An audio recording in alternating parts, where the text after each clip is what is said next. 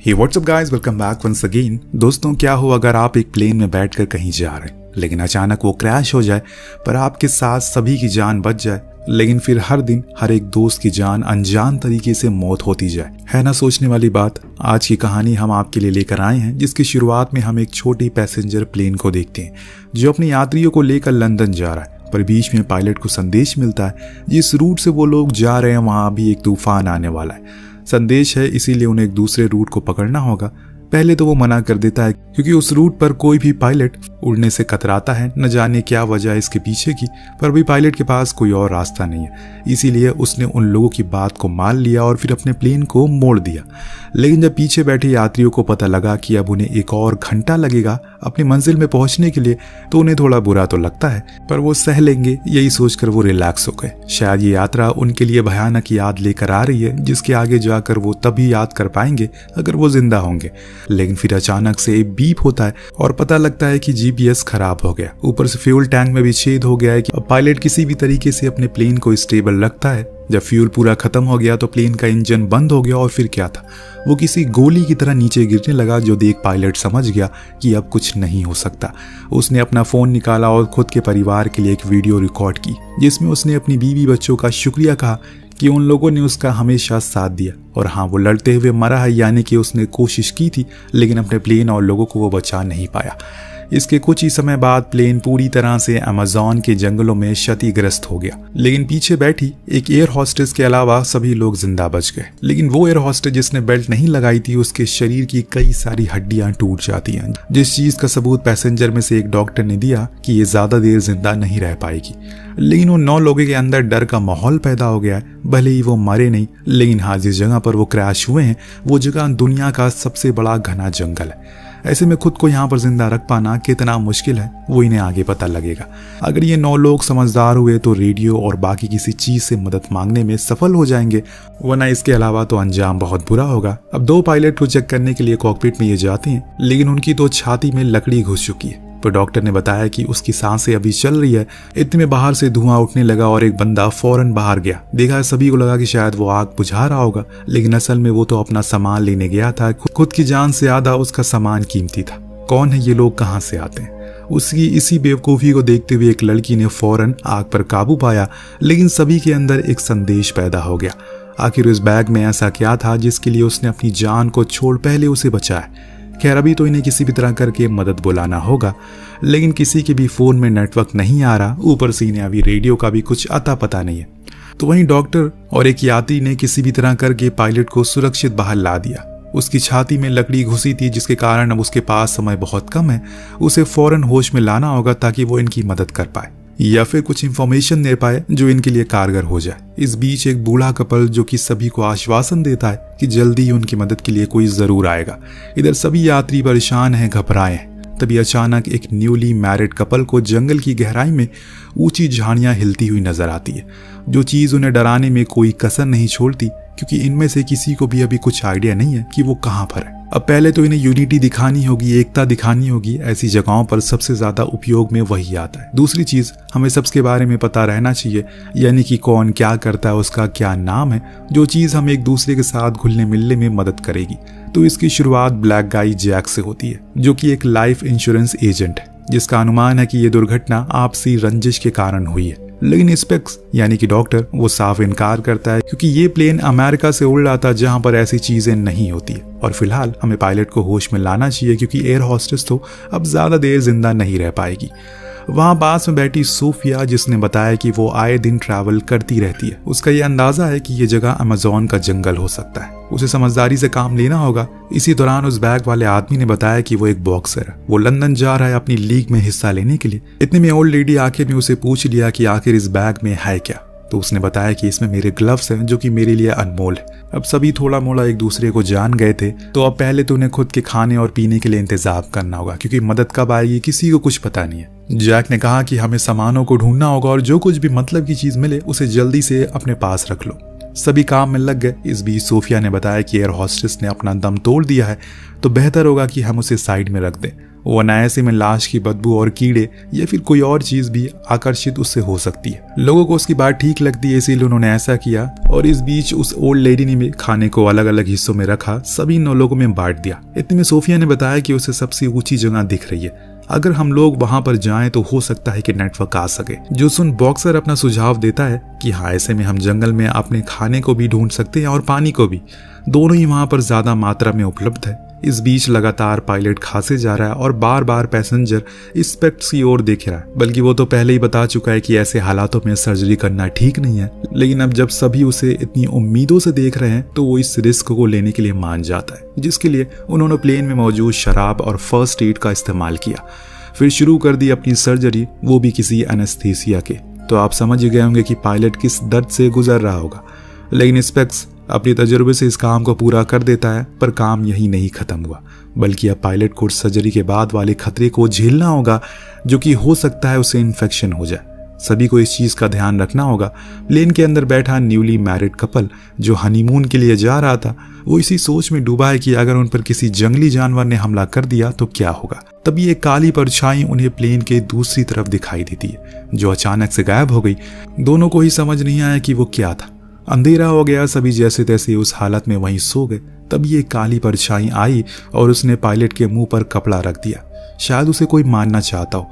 खैर, अगले दिन जब इनकी आंख खुली तो उन्होंने देखा कि पायलट का पूरा शरीर नीला पड़ चुका है, जो देख स्पेक को बहुत अफसोस होता है। वो नहीं चाहता कि उसकी सर्जरी की जाए, क्योंकि उसका मानना था कि इन्फेक्शन फैल सकता है, और वही हुआ, जिसके कारण वो मर चुका है। लेकिन दोस्तों, असल वजह तो कुछ और ही है, जो अभी इन लोगों को किसी को पता नहीं है। अब सभी का कहना था कि अभी एयर होस्टेस और पायलट की लाश को दफना देना चाहिए ताकि उनकी आत्मा को शांति मिल जाए।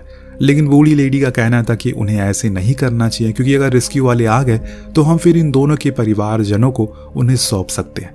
कम से कम वो उन्हें आखिरी बार देख तो पाएंगे। लेकिन क्या आपने सोचा कि आखिर अचानक प्लेन का GPS कैसे खराब हो गया? क्या वो बॉक्सर सच कह रहा है कि उस बैग में सामान ही है? किसने रात के अंधेरे में पायलट के मुंह पर कोट रख? वो काली परछाई क्या थी? इन सारे सवालों के साथ ये पहला एपिसोड यहीं खत्म होता है। लेकिन रुकिए, अभी हम चलते हैं दूसरे एपिसोड में, जिसमें हमें कुछ सवालों के जवाब तो हमें पता लग जाएंगे। अब सभी के अंदर डर का माहौल पैदा हो गया है, क्योंकि अभी अभी उनके सामने एक नई मौत हुई है। इतने में जैक कहता है कि हमें इसे दूर ले जाकर दफन कर देना चाहिए, खुद के करीब रखना उचित नहीं है। तो स्पेक्स मान गया और उसे ले जाने लगा। इस दौरान पायलट के जेब से उसका फोन गिर गया और उसे फौरन स्टीफन ने उठा लिया। वही न्यूली मैरिड कपल वाला आदमी जिसकी वाइफ ने उसे ऐसा करने से मना किया, तो उसने ये कहकर उसे चुप करा दिया कि अगर हम सब बच गए तो कोई तो आखिरी निशानी होनी चाहिए, इसीलिए मैंने ये रख लिया। स्टीफन के चेहरे से साफ साफ पता लग रहा है कि उसके इरादे कुछ और ही है। इधर आखिरी समय पर स्पेक्स थोड़ा समय और रुकने को कहता है, हो सकता है कि उन्हें ढूंढते ढूंढते कोई आ जाए। वहीं डॉक्टर खुद को उसकी मौत का जिम्मेदार मानने लगा है। उसे अभी भी लग रहा है कि उसे सर्जरी नहीं करनी चाहिए, पर जैक कहता है कि अब जो होना था वो हो गया, इसमें आपकी कोई गलती नहीं है। पायलट उसके शुक्रिया कहता है, क्योंकि अभी के समय वह पूरी तरह से दिवालिया हो चुका है। यहाँ तक कि उसका परिवार ने भी उसे छोड़ दिया है और अब ये हालत उसे पूरी तरह से तोड़ देंगे। इतना कहकर वो रोने लगता है। अब इन दोनों के जाने के बाद वहां कुछ देर बाद स्टीफन वहां पहुंचा। उसने पायलट की एक उंगली ही काट ली, क्योंकि उसे उसके फोन को अनलॉक करना था। फिंगरप्रिंट की मदद से वो उसके फोन को खोल लेता है, लेकिन ज्यादा कुछ उसे उसमें मिलता नहीं है। तभी उसकी नजर एक सॉफ्टवेयर पर पड़ी, जिसे इस कोड की मदद से खोला जा सकता था। इतने में हम किसी और इंसान को उसे ये सब करते हुए देखते हैं, जो चीज स्टीफन भी नोटिस कर लेता है, लेकिन ज्यादा कुछ ध्यान नहीं देता। वहीं लीजा, जो कि वही बूढ़ी लेडी थी, वो अपने हस्बैंड हेनरी से कहती है कि मुझे नहीं लगता कि पायलट की मौत सर्जरी के कारण हुई। दरअसल मैंने कुछ दिन पहले हॉस्पिटल में एक दम घुटने से मृत्यु आदमी को देखा था। सेम वैसे ही पायलट की हालत थी, जो सुन हेनरी भी शॉक हो जाता है कि ऐसा आखिर कर कौन सकता है। तभी इन्हें महसूस होता है कि शायद उनकी बातों को कोई सुन रहा है, इसीलिए वो चुप हो जाते हैं। सभी अपने अपने कामों में लग जाते हैं। अब समय देखकर सोफिया एनी के पास गई, जिसमें उसे पता चला कि वो एक मिलियनर की बेटी है और स्टीफन उनके घर में एक ड्राइवर था। जाने अनजाने में दोनों एक दूसरे से प्यार हो गया और इसीलिए वो घर छोड़कर भाग रही है। अब उसकी इस हरकत को सुनकर सोफिया को खूब तेज हंसी आती है, पर वो हंसती नहीं, क्योंकि एनी से बड़ी बेवकूफ लड़की उसने कभी देखी नहीं। अब वहाँ स्टीफन अभी भी कोशिश में लगा हुआ है किसी भी तरह करके उस सॉफ्टवेयर को खोल ले। लेकिन ऐसा मुमकिन हो नहीं पा रहा है। बॉक्सर को खोजबीन के दौरान एक रेडियो डेटोमीटर मिलता है जो कि अभी चालू है, पर एंटीना खराब होने के कारण वो किसी को संदेश नहीं भेज सकते। इसीलिए उन्हें ऊपर चोटी पर जाना होगा जिसमें हमें एक दिन लग सकता है। इसीलिए आज हम थोड़ा सा आराम करते हैं और फिर खाने और पीने की तलाश में आगे बढ़ते हैं, क्योंकि अब हमारे पास सिर्फ एक ही बॉटल पानी बचा हुआ है। सभी उसकी बात से राजी थे, इसीलिए वो आराम करने चले गए। पर यहाँ एनी जब आराम कर रही थी तो उसे जंगल की झाड़ियों में एक इंसानी शक्ल दिखी जो बेहद ही अजीब थी। पर दूसरी बारी देखने पर वो गायब हो गई। उसे लगा कि शायद ये उसका वहम होगा, लेकिन कुछ अजीब सी चीज हेनरी के साथ भी हुई। दरअसल उसे दिल की बीमारी है जिसके लिए वो हर दिन एक गोली खाता है। अगर एक भी दिन उसे मिस हुई गोली तो वो मर सकता है। और आज अचानक से उसने अपने बैग की वो गोली निकाली तो उसमें से वो गोलियां आधी गायब थी, जो कि उसे काफी ज्यादा हैरान कर देती है। अब धीरे धीरे करके सभी ये समझ गए हैं कि अगर उन्हें यहाँ बचना है तो एक साथ रहना होगा। सोफिया को भी अब जैक पर भरोसा हो गया, इसीलिए उसने आखिर में उसे बता ही दिया कि वो क्या करती है। दरअसल वो रिपोर्टर है, इसीलिए वो पूरी दुनिया में घूमकर उन गैर कानूनी या फिर उन रैकेट को पता लगाती है जो सरकार की आंखों के सामने हो रहा। उसका काम बेहद ही खतरनाक है, इसीलिए वो किसी को इस बारे में कुछ बताती नहीं है। अब सभी ने अच्छा खासा आराम कर लिया, इसीलिए वो लोग अब खाने की तलाश में आगे बढ़ते हैं। इस दौरान उन्हें कुछ नीले मशरूम दिखते हैं, पर सोफिया का कहना था कि ये जहरीले हो सकते हैं, लेकिन ये इस बात का सबूत है कि आसपास पानी है। वो पानी की खोज में और आगे निकलते हैं, जो कि आगे जाकर स्टीफन को मिल भी जाता है। वो उसमें बिना देरी के लिए नहाने जाने लगा, लेकिन बॉक्सर ने उसे रोका और कहा कि पहले उसे चेक करना होगा कि ये कितना गहरा है, जिसके लिए उसने एक जूते को फेंका जो पलक झपकते ही पानी के अंदर चला जाता है और जो देख सभी का खून ठंडा पड़ गया कि आखिर ये क्या था। तब सोफिया बताती है कि शायद यहाँ पिराना हो सकती है, पिराना मछलियाँ, जो कि यहाँ पर अभी भी पाई जाती है। और इतने में ही इन्हें गोली की आवाज आई जो हेनरी ने चलाई थी, क्योंकि वो अपने साथ एक बंदूक लेकर आया था, जो एक प्लेन में कैसे आ गई ये हमें तो नहीं बताया गया। हाँ, इतना जरूर पता चला कि वो एक शिकारी है और उसका निशाना काफी अच्छा है। इसकी मदद से उसने बंदरों को मार गिराया और फिर सभी ने उसके मांस को खाया। वहीं सोफिया ने गंदे पानी को उबाल कर सभी को पीने को दिया। यह एनी को उस खाने को खाने में काफी दिक्कत हो रही थी, तो एनी ने उसका हिस्सा भी खा लिया। इधर जैक ने आखिरकार बॉक्सर से पूछ लिया कि उसके बैग में ऐसी कौन सी चीज है जिसके लिए वो इतनी परवाह करता है। उसने फाइनली उसे खोला और दिखाया कि ये एक मास्क है जो मेरे दिल के बहुत करीब है, क्योंकि इसने मुझे पहचान दिलाई, इसीलिए मेरे लिए बहुत अनमोल है। अब सभी सोने के लिए चले जाते हैं, पर इस बीच दोस्तों हम एक परछाई को देखते हैं जो एक फोन को ढूंढता है और फिर उसी फोन से किसी को कॉल करके बताना शुरू करता है। इधर हेनरी की तबीयत में गड़बड़ी होना शुरू हो जाती है। सभी भागते हुए आते हैं, लेकिन अब देर हो चुकी है, क्योंकि उसे स्ट्रोक के कारण उसकी मौत हो जाती है। जो देख उसकी पत्नी तो पूरी तरह से टूट गई, क्योंकि उसे यह लग रहा है कि उसके हस्बैंड की मौत स्ट्रोक के कारण नहीं बल्कि किसी की साजिश के कारण हुई है, क्योंकि उसे पता चल गया कि पायलट की हत्या की गई थी दम घोटकर, और इसीलिए उसी हत्यारे ने मेरे पति को साजिश के तहत मार डाला। सभी को ये बात थोड़ी अजीब लगती है कि ऐसा कैसे हो सकता है कि अचानक उसकी सारी गोलियां गायब हो गई, किसने किया होगा ये। और इतने में स्टीफन के हाथ एक वीडियो लगती है जो कि उसी पायलट के फोन में मिली थी। अब वो सभी को दिखा रहा होता है। हर किसी घबराए हुए इंसान की तरह वो भी अपने आखिरी समय गॉड से अपने परिवार को याद करता है, लेकिन आखिर में अपनी बीवी से कहता है कि मैंने अपना काम कर दिया, अब कोई बचेगा नहीं, मैं उन्हें इस जगह से जिंदा बाहर जाने नहीं दूंगा।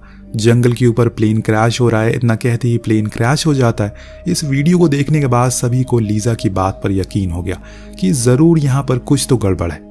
शायद उनके पास ही इन 3 लोगों का कातिल छुपा हुआ है जो उनकी हर चीज को देख रहा है। लेकिन कौन है ये मास्टरमाइंड, क्या चाहता है, अब किसकी बारी है, ये हमें एपिसोड 3 में देखने को मिलेगा, जिसकी शुरुआत होती है एक डर के माहौल से, क्योंकि अभी तक सभी को लग रहा है कि वो सर्वाइवल मोड पर है, यानी कि उन्हें किसी भी तरह करके खुद को जीवित रखना है। लेकिन अब तो उन्हें ये सोच सोच कर डर लग रहा है कि आखिर कौन उन्हें मारना चाहता है। अब एनी लीजा के पास गई उसे थोड़ी सहानुभूति देने, लेकिन वो उसे उल्टा उसे सुनाने लग गई। उसे तो यकीन ही नहीं हो रहा है कि उसने एक गरीब आदमी से कैसे शादी कर ली, जरूर कुछ गड़बड़ है। दरअसल लीजा अब सभी को शक की नजरों से देख रही है। उसे हर किसी में अपने पति का कातिल नजर आ रहा है, जो सही भी है। जितने भी लोग यहाँ पर मौजूद हैं सभी की कहानी अजीब सी है। लीजा की ऐसी बातों को सुन एनी वहां से उठ जंगलों में चली गई ताकि थोड़ा सैर कर सके, लेकिन यहाँ उसे एक बारी फिर से कुछ अजीब सा दिखा। क्या था वो उसे समझ नहीं आया, लेकिन हाँ ये जो कुछ भी था बहुत ही भयानक था। इतने में पीछे से स्टीफन आ गया। अब अगला दिन भी होने को आ गया। वहीं बॉक्सर ने बड़ी मेहनत से कुछ वायर की मदद से एक एंटीना बना लिया। अब बारी थी उसे ऊपर लेकर जाने की, पर मसला ये था कि यहाँ पर कोई भी अकेले नहीं रहना चाहता। सभी को यह डर था कि अगर वो अकेले रह गए तो अगला नंबर उनका आ जाएगा, और इसीलिए आखिर में जैक ने कहा ठीक है, मैं यहीं पर रुक जाता हूँ। अब सोनिया, बॉक्सर और डॉक्टर स्पेक्स ने तय किया कि वो वहां ऊपर चोटी तक जाएंगे और इस डेटोमीटर को चेक करेंगे क्या ये काम कर रहा है, जिसके बाद ये तीनों निकल जाएंगे। लेकिन इन्हें एक लंबी चढ़ाई को पूरा करना है जो दिखने में बहुत ही आसान लग रही है, पर चढ़ाई करने में उनकी हालत खराब थी। एक बारी तो सोनिया का पैर फिसल जाता है जो खाई में गिरने वाली थी, और अहम मौके पर स्पेक्स ने उसका हाथ पकड़ लिया, लेकिन वो डेटोमीटर लटक जाता है, जो कि बड़ी मुश्किलों के बाद इन्हें वापस मिल पाता है। अब इतनी कोशिशों के बाद ये लोग फाइनली ऊपर पहुंच गए। अब इतनी मुश्किलों के बाद फाइनली ये लोग चोटी पर पहुंच गए, लेकिन अभी भी इनके फोन में कोई नेटवर्क नहीं आ रहा। पर जो वायर से बॉक्सर ने एंटीना बनाया था वो काम कर रहा है, क्योंकि उसके कारण डेटोमीटर में लाइट जल रही है, और इस बात का सबूत दे रहा है कि जल्द ही किसी को संदेश मिल जाएगा इन्हें यहाँ फंसा होने का।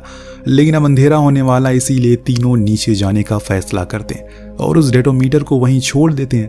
पर यहाँ नीचे तो लीजा और जैक के बीच अच्छी खासी दुश्मनी चल रही है, जिसको देखते हुए जैक उसे समझाता है कि हमें ऐसा नहीं करना चाहिए, ये समय दुश्मनी का नहीं बल्कि दोस्ती का है। लीजा भी उसकी बात को समझती है, इसीलिए उसने अपने कदम पीछे कर लिए। लेकिन स्टीफन तो अभी भी लगातार अपनी बीवी से एक ही सवाल किए जा रहा है कि जब वो लीजा से बात कर रही थी तो उसने उसे क्या कहा। लेकिन इस बारी एनी उसे कुछ नहीं कहा। तभी उसे याद आया कि उसने उसे कई साल पहले कहा था कि वो एक किताब लिख रहा है, पर उसने तो कभी उसे कुछ लिखते हुए देखा ही नहीं।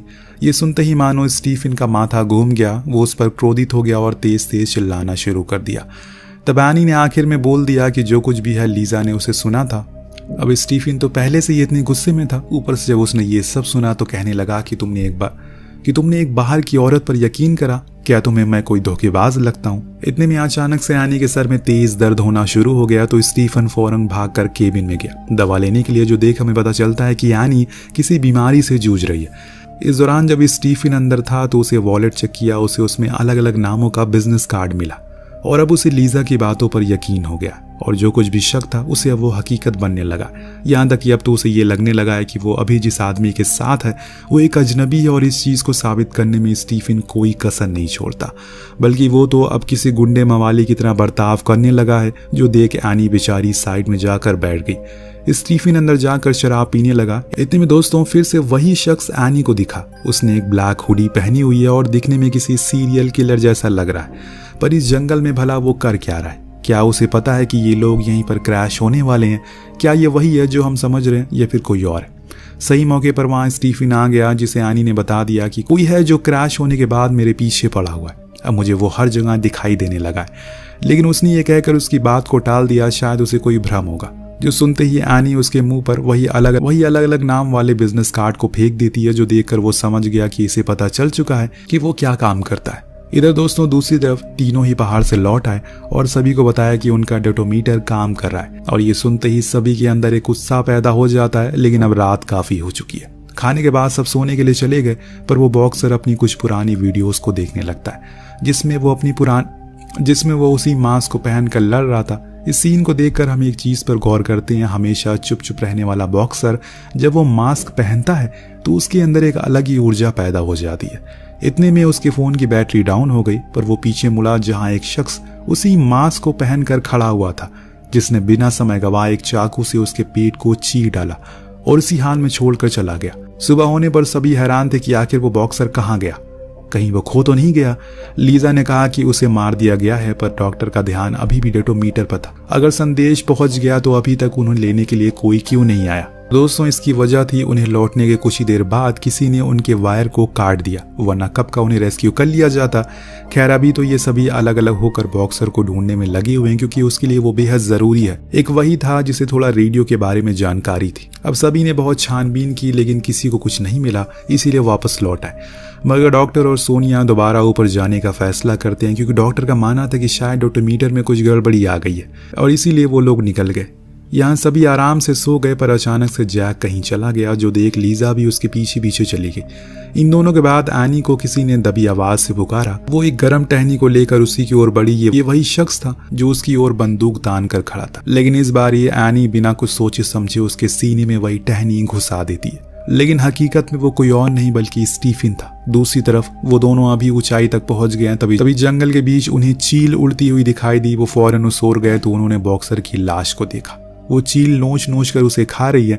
ये देख वो फौरन अपने लोगों के पास गया और उन्हें इस बारे में बताया। लेकिन जब इधर इन दोनों को पता लगा कि एनी ने अपने ही पति को मारने की कोशिश की, अब उसके ऊपर चला गया। पर स्टीफन ने अपनी पत्नी का साथ देते हुए कहा कि दरअसल उसने बचपन में एक आतंकवादी हमले में अपने करीबी को खोते हुए देखा है, जिसके कारण उसे हर मोड़ पर अजनबी नजर आते हैं। तो उसे लगता है कि वो उसका दुश्मन है, पर यह चीज़ सभी के अंदर और संदेह पैदा कर देती है। क्या पता एनी ने ही उन तीनों को मारा हो अपनी इस गलतफहमी की वजह से, क्या पता उसे भी उनमें वो आतंकवादी नजर आ रहा हो। अगर उन दोनों की मौत हादसा थी तो बॉक्सर को पक्का किसी ने मारा है, क्योंकि शरीर पर चाकू के घाव थे। लेकिन सोनिया को लगता है कि ये काम एनी का नहीं है, जरूर कोई और है। जो सुन डॉक्टर कहता है कि कौन है वो, तो वो कहती है कि बूम। इसी के साथ ये एपिसोड यहीं खत्म हो जाता। लेकिन इसके आखिरी के सीन में हमें प्लेन के ऊपरी हिस्से में एक चूहे को दिखाया जाता है जो कुछ पाउडर के पैकेट को खा रहा है। क्या ये सारा मामला नशे की तस्करी का है? हो सकता है कि सब कुछ पहले से प्लान हो। गुमराह करने के लिए इसे एक प्लेन क्रैश का सीन बना दिया गया हो सकता है कि जो इन्हें मार रहा है वो किसी गैंग का मेंबर हो जो अपनी सप्लाईज को लेने के लिए आया हो। अब ये सारे सवालों के जवाब हमें आने वाले एपिसोड में मिलेंगे, जो कि अगली वीडियो में आएगा। आपको ये कहानी कैसी लगी हमें कमेंट करके जरूर बताएगा। हम मिलते हैं अगली वीडियो में। Thank you so much watching. Peace out.